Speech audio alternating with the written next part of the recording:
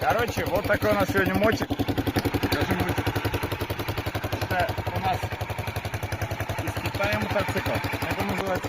Racer Ranger 200. Racer Ranger 200 мотоспорт. Да? Мы сейчас будем учиться на нем ездить. Итак, небольшой урок. Вот сейчас кнопочку нажимаем.